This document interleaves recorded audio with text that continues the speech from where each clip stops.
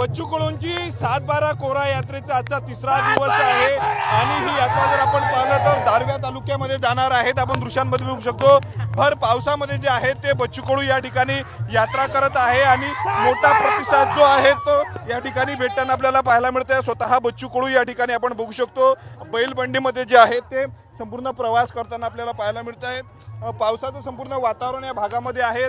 भाऊ काय सांगणार, वरून पाऊस सुरू आहे आणि मोठा प्रतिसाद मिळतो, तुम्ही घोंगडी घातली प्रचंड सगळ्या जाती धर्मातले लोक ह्या यात्रेत सहभागी आहे।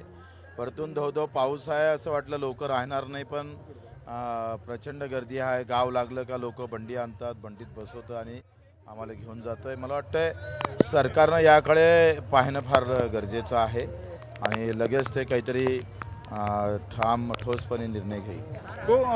6 महिन्यात जर पाहिलं तर पश्चिम विदर्भामध्ये जवळपास 350 शेतकऱ्यांची आत्महत्या झालेल्या आहे। दुसरीकडे तुमची ही यात्रा होत आहे कर्जमाफीसाठी।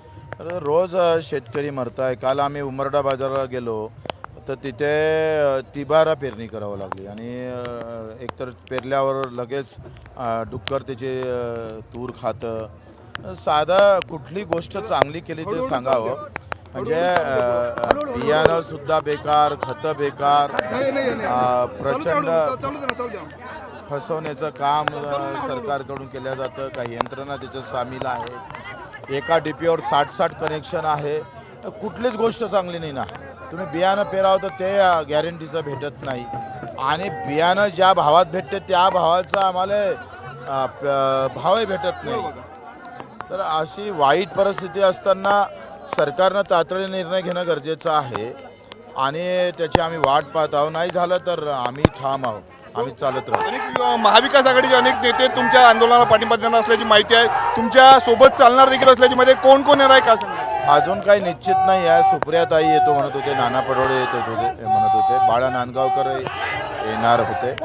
पाहू, आले तर फारच चांगले। तुम्ही विना चप्पलने देखील चालले, पायाला फोडायचे काही फोटो व्हायरल होत आहेत। 5 किलोमीटर बगर चपलीनं चालून पाहिलं, त्यातल्या काय वेदना आहे शेतकऱ्याच्या। कारण आमची मायमाऊली जेव्हा पाऊस सुरू असतं तेव्हा ती बगर चपलाचीच जातं आणि तिला काय वेदना असतं ते आम्ही पाहायच्या होत्या आणि त्या पाहिल्या।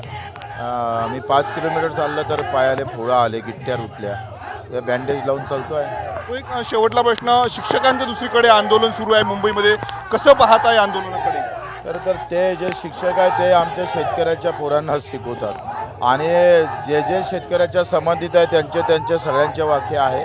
त्या शिक्षकांच्या आंदोलनाला आमचा पाठिंबा आहे। आपण बघू शकतो